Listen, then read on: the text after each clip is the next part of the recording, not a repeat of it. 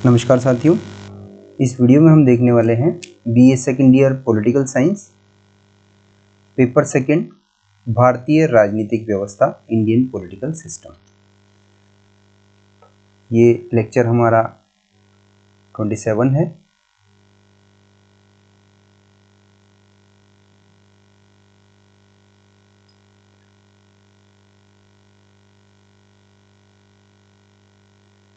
राष्ट्रीय एकीकरण हमारा टॉपिक है, नेशनल इंटीग्रेशन। सबसे पहले हम ये देखते हैं कि राष्ट्रीय एकीकरण का क्या अर्थ है, क्या अभिप्राय है।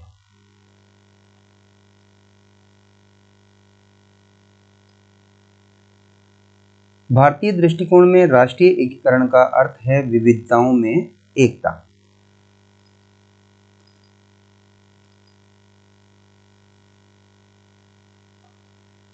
जिसमें भाषाई, क्षेत्रीय, सांप्रदायिक, वर्गीय, जातीय आदि के संकीर्ण स्वार्थों से ऊपर उठकर राष्ट्रीय स्तर पर सोचने और कार्य करने की क्षमता और इच्छा हो। मतलब हर क्षेत्र को के लिए बाद में सोचा जाए, अपनी भाषा के बारे में, अपने क्षेत्र के बारे में, अपने आर्थिक विकास के बारे में, सबसे पहले देश के बारे में और राष्ट्र के बारे में सोचा जाए। ये जो भावना होती है, ये राष्ट्रीय एकीकरण की भावना कहलाती है।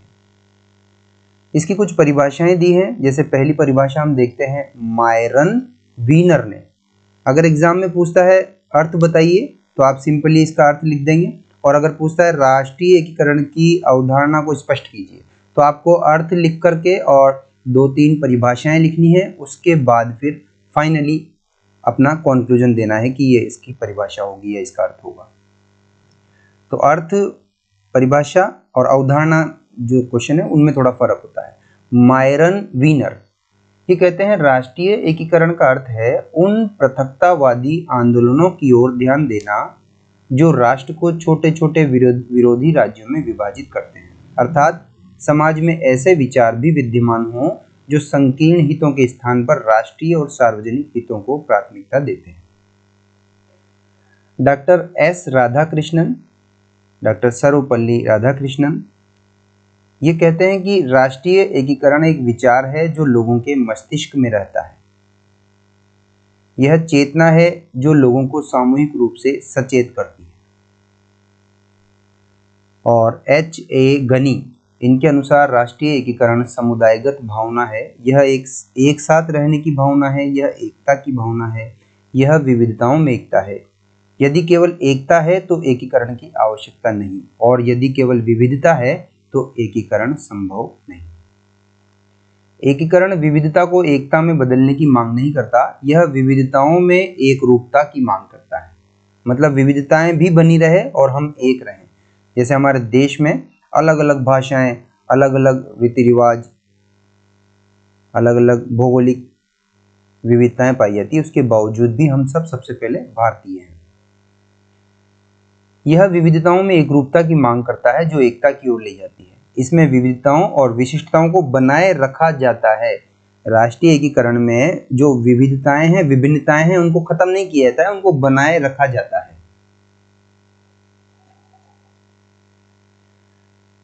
तो ये इसका अर्थ और परिभाषाएं हो गई। अब हम बात करें इसकी प्रमुख बाधाएं कौन कौन सी हैं जिससे राष्ट्रीय एकीकरण संभव नहीं हो पा रहा है। सबसे पहले जातिवाद की समस्या।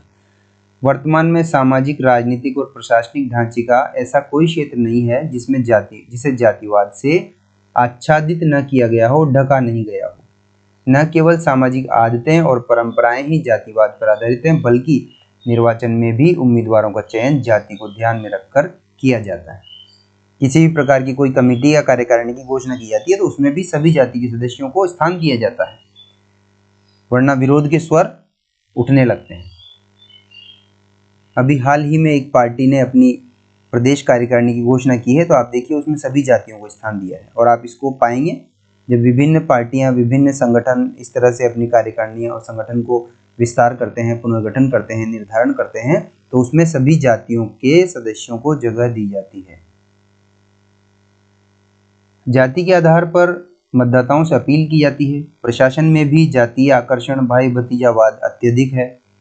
भारत के भिन्न भिन्न समुदायों में जाति पर आधारित आरक्षण नीति ने सद्भावना का विकास नहीं किया। बल्कि जातीय कटुता को जन्म दिया है। इसने संप्रदाय के बीच, सवर्ण असवर्ण के बीच तथा वर्ग वर्ग के बीच आग भभका दी है। वोट बैंक की राजनीति ने आरक्षण नीति का दुरुपयोग करके स्थिति को और बिगाड़ दिया है। जाति आधारित आरक्षण ने सांप्रदायिक सद्भाव और राष्ट्रीय एकीकरण की नीति को भी प्रभावित किया। दूसरी समस्या है भाषावाद की समस्या। भाषावाद भारत में विवाद का विषय बन गया है, जबकि भाषा विचार अभिव्यक्ति का मुख्य साधन है। भारत का प्रत्येक क्षेत्र अपनी भाषा को दूसरे क्षेत्र की संस्कृति, लिपि और भाषा से श्रेष्ठ समझता है। भाषा के प्रश्न ने उत्तर दक्षिण के राज्यों में हिंसक आंदोलन को जन्म दिया। इसी कारण राष्ट्रीय एकता व अखंडता के लिए यह हानिकारक सिद्ध हुआ है।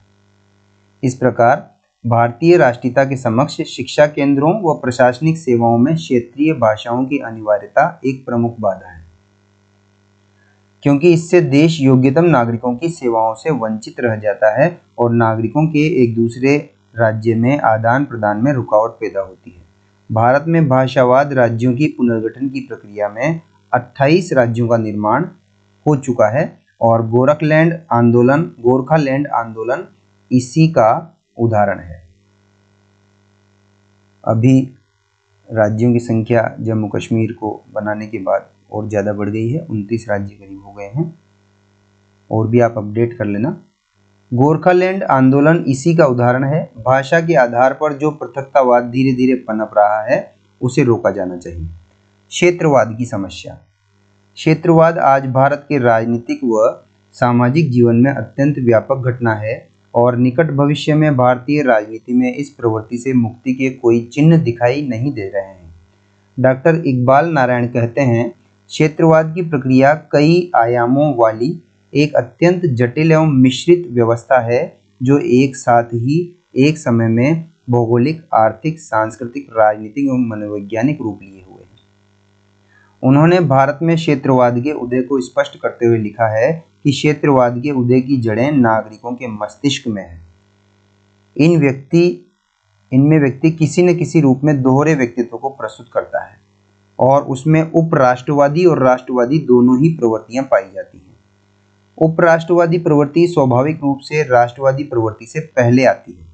भारत की राजनीतिक व्यवस्था और विकास की प्रक्रिया में यह एक अपरिहार्य तथ्य है जिसको टाला नहीं जा सकता, भुलाया नहीं जा सकता कि क्षेत्रवाद की एक समस्या अपने आप में वजूद रखती है, महत्वपूर्ण है, इसको भुलाया नहीं जा सकता। कई बार प्रक्रिया अत्यंत गंभीर रूप धारण कर लेती है यह प्रक्रिया, और इसका प्रयोग पृथकतावादी अथवा देश के अहित में किया जाने लगता है।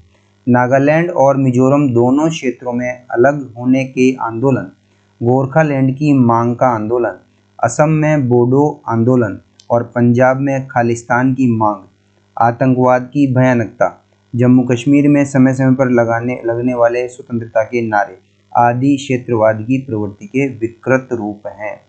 तो आपसे एग्जाम्पल पूछा जाता है, क्षेत्रवाद की समस्या के एग्जाम्पल बताइए भारत में, तो आपको ध्यान रखना है नागालैंड और मिजोरम दोनों क्षेत्रों में अलग होने के आंदोलन, गोरखालैंड की मांग का आंदोलन, असम में बोडो आंदोलन, तो बोडो आंदोलन कहाँ पर है? असम में।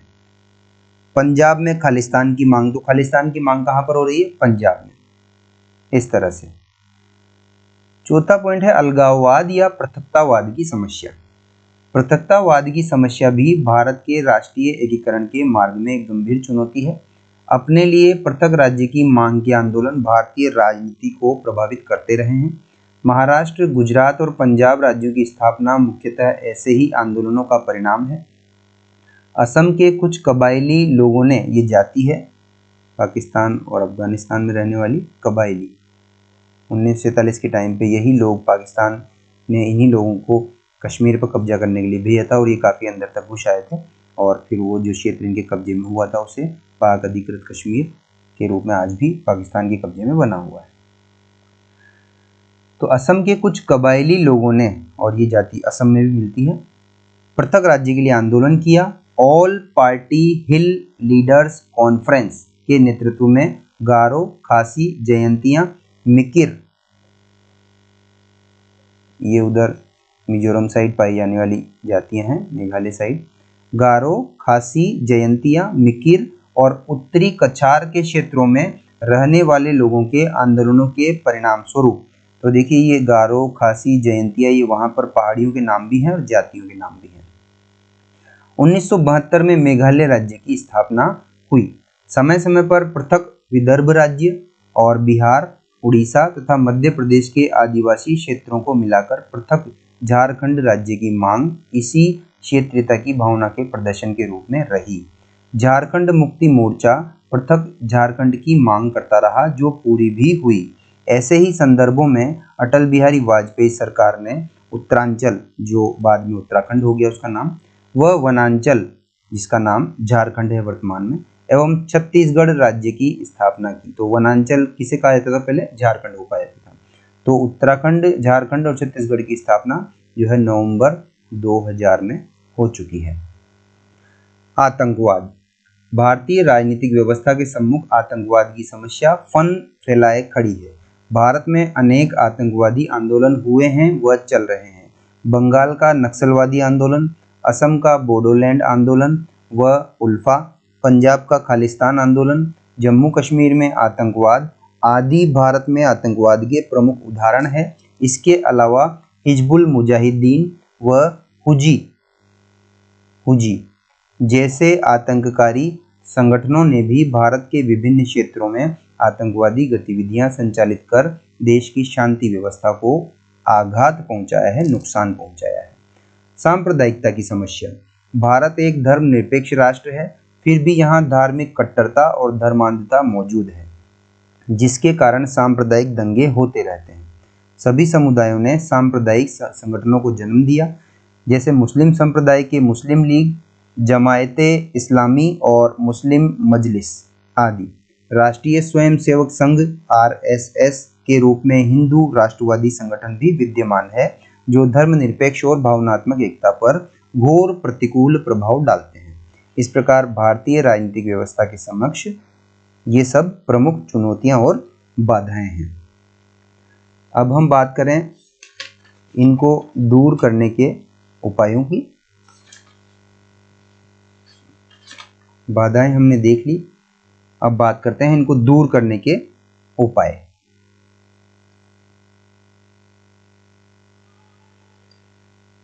तो राष्ट्रीय एकीकरण में आने वाली बाधाओं को दूर करने के तत्वों को हम निम्न शीर्षकों में देखते हैं।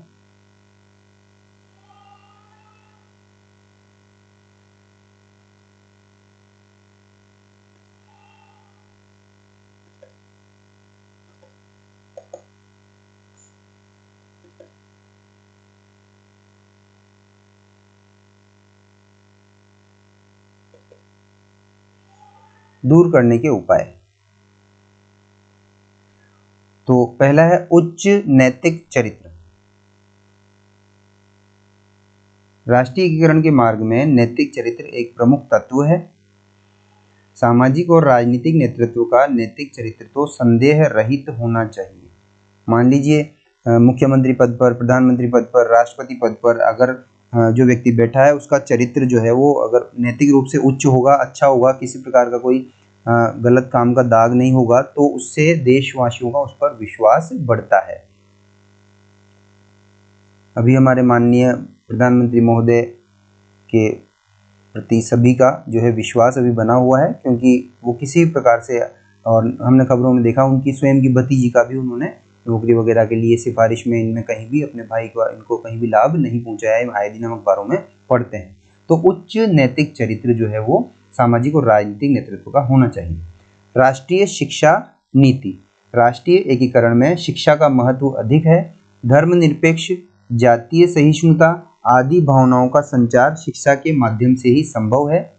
इसी प्रकार पाठ्यक्रम का आधार और उद्देश्य राष्ट्रीय होना चाहिए। इसमें आध्यात्मिक मूल्यों पर बल दिया जाना चाहिए, जिससे विद्यार्थियों में वैज्ञानिक दृष्टि, जांच और सुधार की भावनाओं का विकास हो सके। क्षेत्रीय विकास के असंतुलन को दूर करना। क्षेत्रीय विकास के असंतुलन को दूर करना चाहिए। इसके लिए सार्वजनिक उद्योगों को अल्प विकसित और अविकसित क्षेत्रों में स्थापित किया जा सकता है। मतलब ऐसा नहीं होना चाहिए कि महाराष्ट्र में तो बहुत सारी फैक्ट्रियां खोलने के लिए सरकार ने प्लान बना दिया और असम में ऐसा कुछ हो ही नहीं पा रहा है, और गुजरात को अत्यधिक पैसा दे दिया और कर्नाटक को पैसा मांगने जरूरत होने पर भी पैसा नहीं दिया जा रहा है केंद्र की तरफ से। तो समान रूप से सभी जगहों पर विकास होना चाहिए। सत्ता का केंद्रीकरण, राष्ट्रीय एकीकरण के लिए सुदृढ़ राजनीतिक इच्छा और सत्ता के विकेंद्रीकरण की आवश्यकता है। सत्ता का विकेंद्रीकरण, ताकि लोगों को राजनीतिक चेतना को बढ़ावा मिल सके। विकेंद्रीकरण से मतलब है कि एक ही पद या आदमी के पास सारी शक्ति नहीं होना चाहिए। ऐसा नहीं होना चाहिए कि प्रधानमंत्री ही सभी क्षेत्रों में निर्णय करे, उसके शक्तियों का जो अन्य मंत्रियों में बंटवारा होना चाहिए, फिर मंत्रियों को शक्तियों का अन्य जो सरकारी कर्मचारी और सचिव वगैरह हैं उनमें नीचे वो शक्तियां आनी चाहिए। भाषा की समस्या का समाधान, भाषा की समस्या का समाधान शीघ्र होना चाहिए। इसे राष्ट्रीयकरण के उद्देश्यों से प्रभावित होना चाहिए। क्षेत्रीय भाषाओं को उचित स्थान मिलना चाहिए, परंतु राष्ट्रीय भाषा की कीमत पर क्षेत्रीय भाषाओं का विकास हानिकारक सिद्ध हो सकता है। अगला है जनसंपर्क साधनों का प्रयोग।